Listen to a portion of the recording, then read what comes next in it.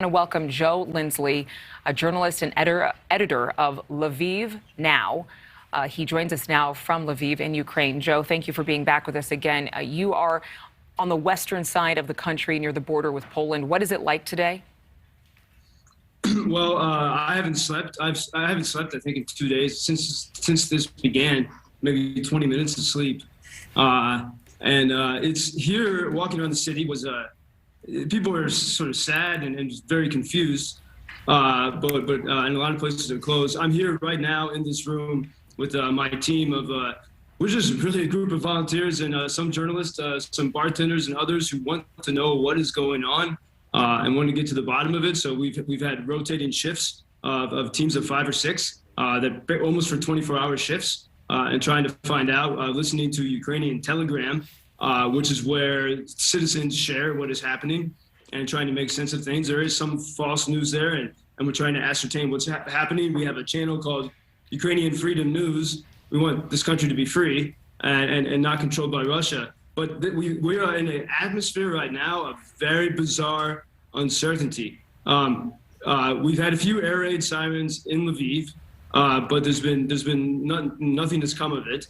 I want to, Adrienne, if I could just raise a couple questions, because I think that's really where we are. We're in a very questioning phase. I was thinking for weeks in the lead up, and you might remember this, but in December and January, we kept hearing this refrain in almost every press story that Russia will invade Ukraine when the ground freezes. This was almost a certainty. And now it's almost spring and the ground is muddy. And this is the time when we were told they were not going to invade. And yet this is when the invasion is happening. That's very strange.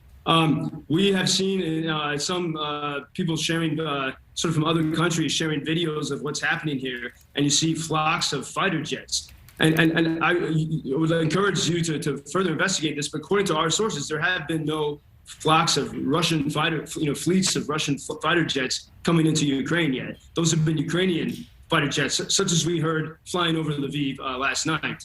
But we see these images and it looks like it's this total crushing invasion by Russia. Another thing, for example, I was just looking at the BBC and they say Russia has had 400 casualties. Now, both sides are going to, obviously play the information game, but it doesn't say how many casualties Ukraine has had. It's very strange that you would only list one side.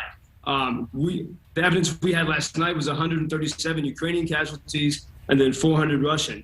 Then we have this sort of strange thing today where varying reports about what is happening in Kyiv. There's a Kyiv city and there's Kyiv district, and this is a big question. A couple of things that have been missed is there was a major battle at the, I'm going to pronounce it probably incorrectly, the Antonov Airport, just north of Kyiv. It's a cargo military airport. And the Russians seized it with paratroopers. Then there were reports that the Ukrainians got it back, and then that they had lost it again, and then they kind of had control, and finally they definitively got control and killed every single Russian.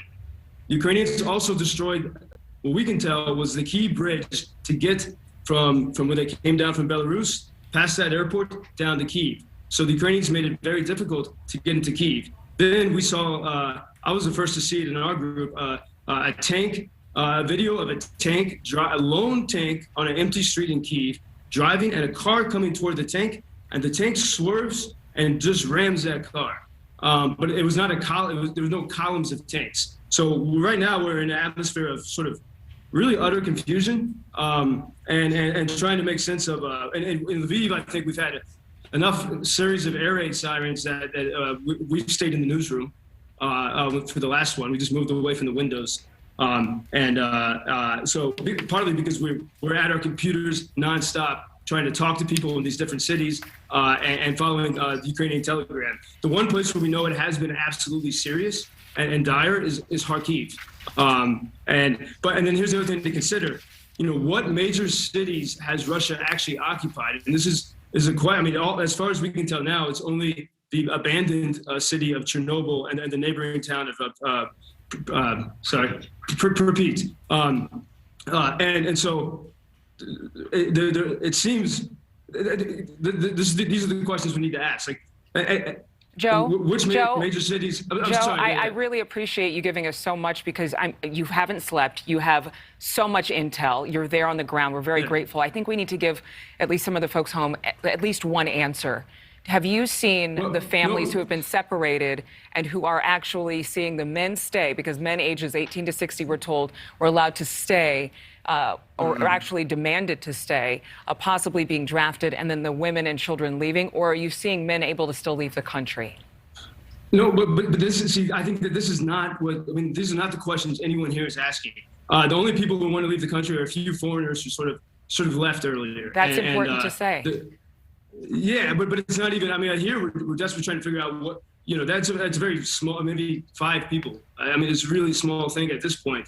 I think maybe more than that, but I think for example, we've heard several reports of Russian, both coming from Crimea and coming from Belarus, Russian soldiers coming from Belarus who surrendered, a whole platoon that surrendered to Ukrainians, allegedly, saying that they thought they were on an inspection mission and didn't know that they were going to be killing Ukrainians. We also had that story from Crimea. We don't know who's lying and who's making it up, but we had video of these alleged Russian soldiers saying this in multiple places. My great sources in Washington say a lot of Russian soldiers have no idea what they're doing here. Right. We haven't. So Adrienne, I mean, the only thing I can say truthfully as a journalist is that I don't know. I'm very confused about what's going on. Well, it sounds like it. You're getting so much intel, and obviously war doesn't have to make sense. It never makes sense. And you are in a very tense situation there. And our prime objective is to get people a picture of what's going on. And you have done that so well as to show how many different messages are crossing and the just utter confusion that's going on the ground there. We have to move on just for the sake of time. I really appreciate you joining us once again. It's invaluable to have you there, and we hope to check back in with you again very soon, okay? But if I could say, it's confusion, but they're still calm. They're still calm. Well, that is comforting in a small portion. Obviously, there's a lot that needs to be done to calm this whole situation down. But I'm grateful that you're feeling some sense of peace. Please be safe. Thank you so much for watching. Make sure to click on the red subscribe button below so you can get more of NewsNation's fact-driven, unbiased coverage.